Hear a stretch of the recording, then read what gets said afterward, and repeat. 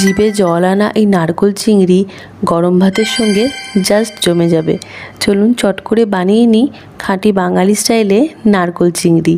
এর জন্য প্রথমে চিংড়ি মাছগুলোকে ভালো করে ধুয়ে লবণ হলুদ মাখিয়ে রাখুন।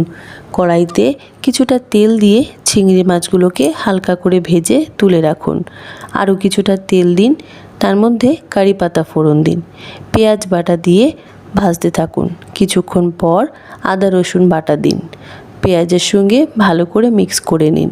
হলুদ গুঁড়ো আর কাশ্মীরি লঙ্কার গুঁড়ো ভালো করে মশলার সঙ্গে মিক্স করতে থাকুন।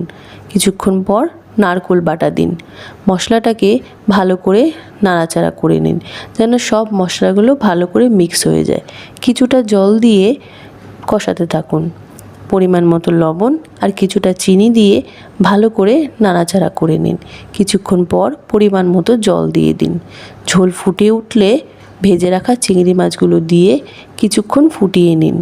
তারপরে কটা কাঁচা লঙ্কা দিয়ে নামিয়ে নিলে রেডি নারকোল চিংড়ি।